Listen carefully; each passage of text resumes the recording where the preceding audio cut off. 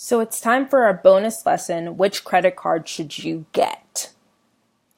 So let's first talk about why you should use a credit card in general. So in my opinion, many financial gurus tell you to avoid credit cards or debt at all costs. But I'm going to tell you that credit cards are fine, but only if you know how to use them correctly.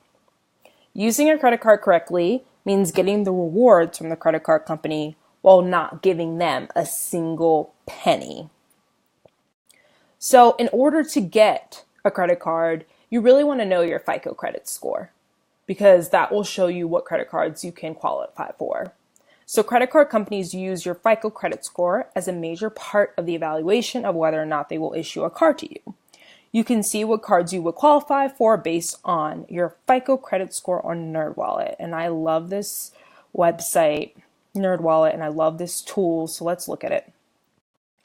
So you can see that you can compare rewards credit cards for excellent credit, good credit, average credit, and poor credit. So let's just go back to excellent credit. So you can scroll and see different credit cards. You can see their ratings. You can see the intro APR if there is one. You can see the regular APR. This is just the rate that you pay each month if you carry a balance. So that's the interest rate that you would have. And then you'll see if there's an annual fee. This one is fairly large at $450 a year.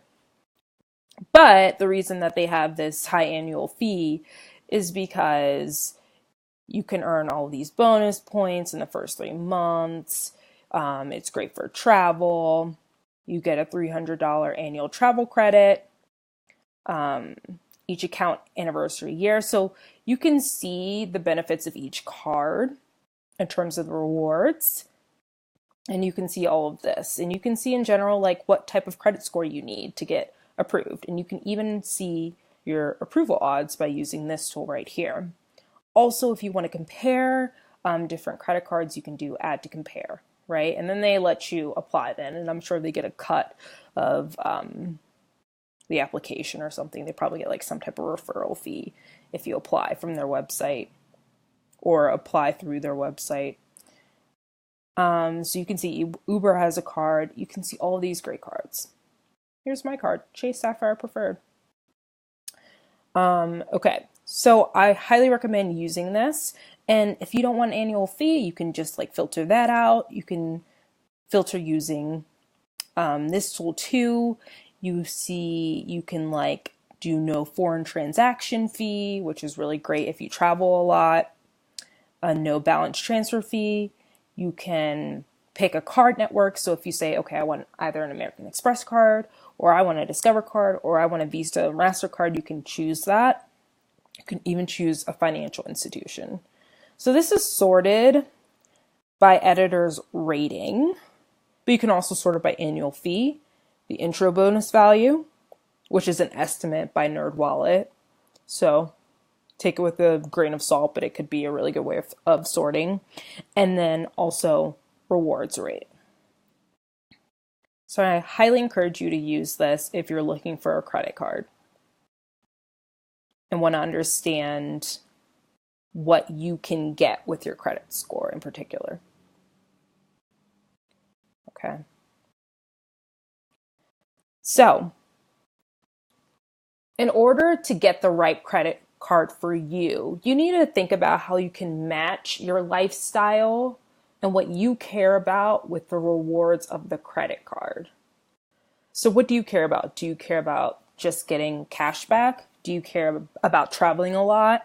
So you can get rewards for airfare, hotels, vacation home rentals, foreign currency conversion fees, right? Do you always use Uber? You know, you use Uber every day. You live in New York City and you're just constantly using Uber. So you might care about a card that has good rewards for transport, taxis, rideshare, parking, tolls, trains, buses. Do you eat out a lot? You might care about having a reward for restaurants. Again, in terms of takeout, do you eat out a lot? Do you go to the bars a lot? But seriously, like you can get rewards with certain cards if you go to bars a lot and that's your lifestyle. And in terms of, again, like let's step back and say we're using our credit card responsibly. We have the money for everything that we pay for in our credit card. Like we could pay our whole entire credit card off with our debit card.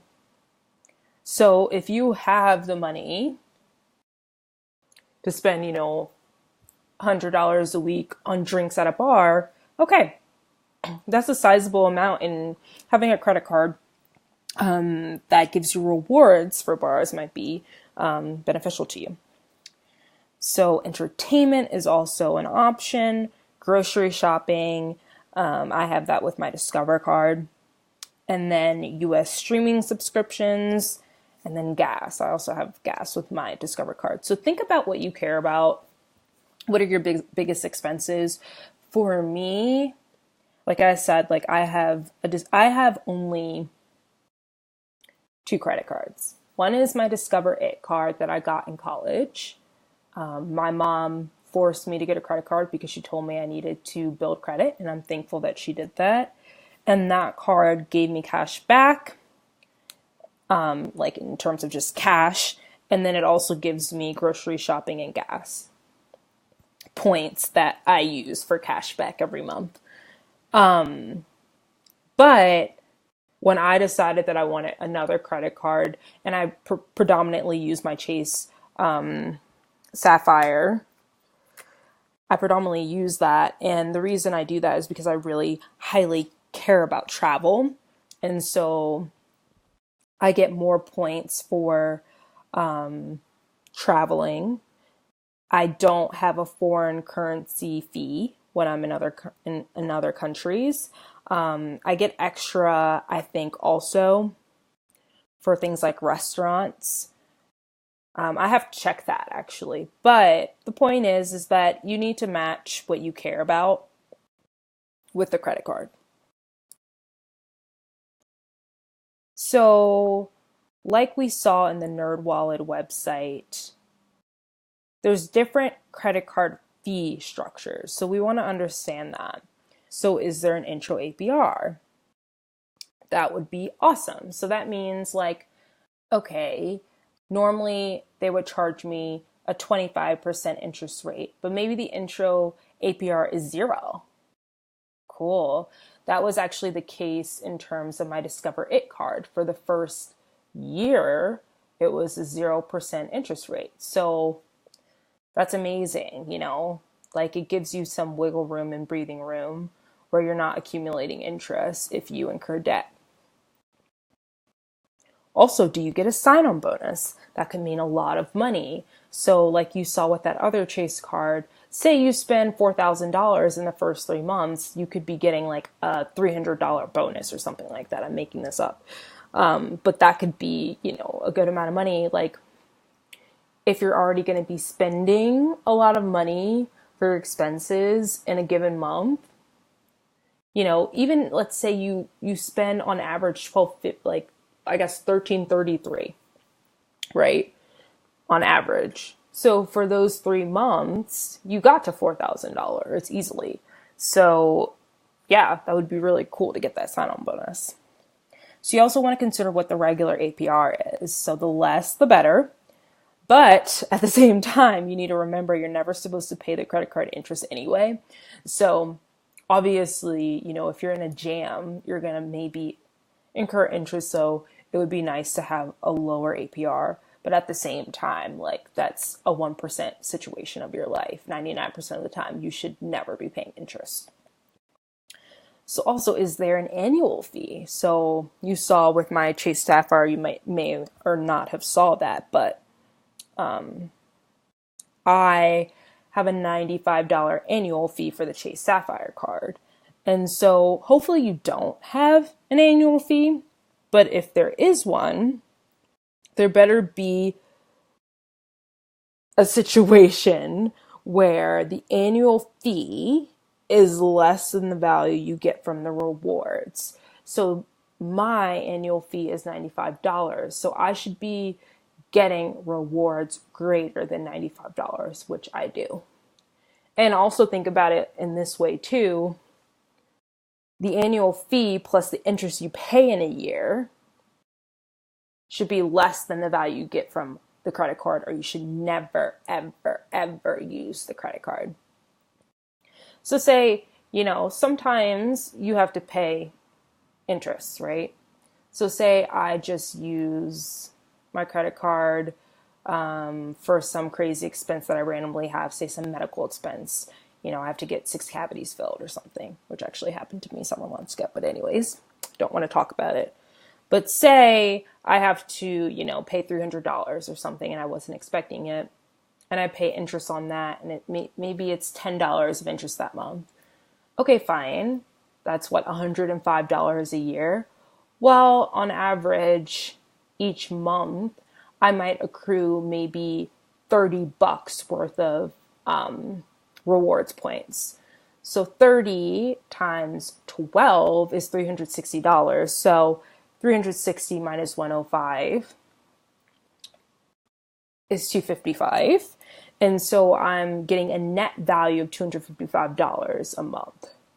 So the reason that the credit card fee structure is so important is because you want to understand, am I getting a good deal out of using this credit card? So go through these bullet points when you think about getting a credit card. And again, you should never, ever be using that credit card if the value in rewards isn't greater than how much you're paying the credit card company.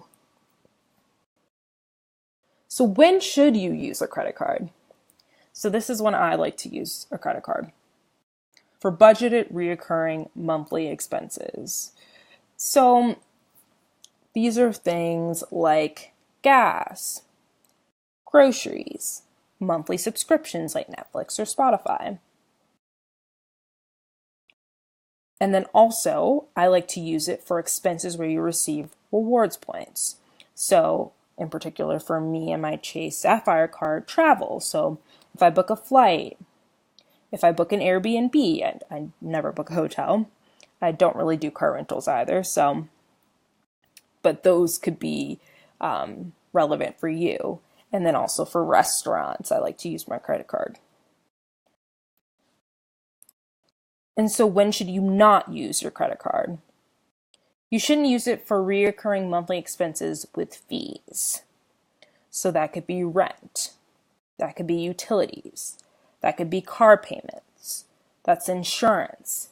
So oftentimes with bills like these, they'll charge you if you use a credit card. My apartment complex will charge me if I use a credit card. They will charge me an extra fee. So at that point, it doesn't make sense. It doesn't make sense to use a credit card because the cost outweighs the benefit of the rewards at this point. Yeah, maybe it doesn't. Maybe I should check that math, but normally it does. It's just like, why am I going to pay a $5 transaction fee to pay my rent, But I will say that I like to use my credit card for everything because I know I have the money already. Anything that I can use my credit card for, I will use my credit card for. I would rather use my credit card because I know I already have the money and then I'm making money off the credit card company. So effectively, everything that I spend every month is less than what it actually is because I'm making money from the credit card company. I'm using them to my advantage. And also, you should not use your credit card for expenses you have not budgeted for. So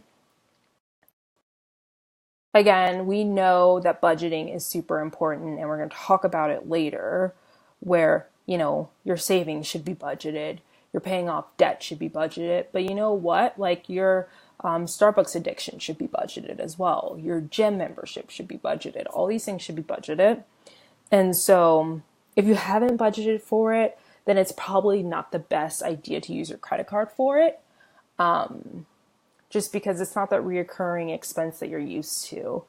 But as I said, I like using my credit card for everything really that I can, just because I know I can pay down that balance every single month and never incur interest. So that is really truly the game. How can I make the most money off of this credit card company and never pay them a dime.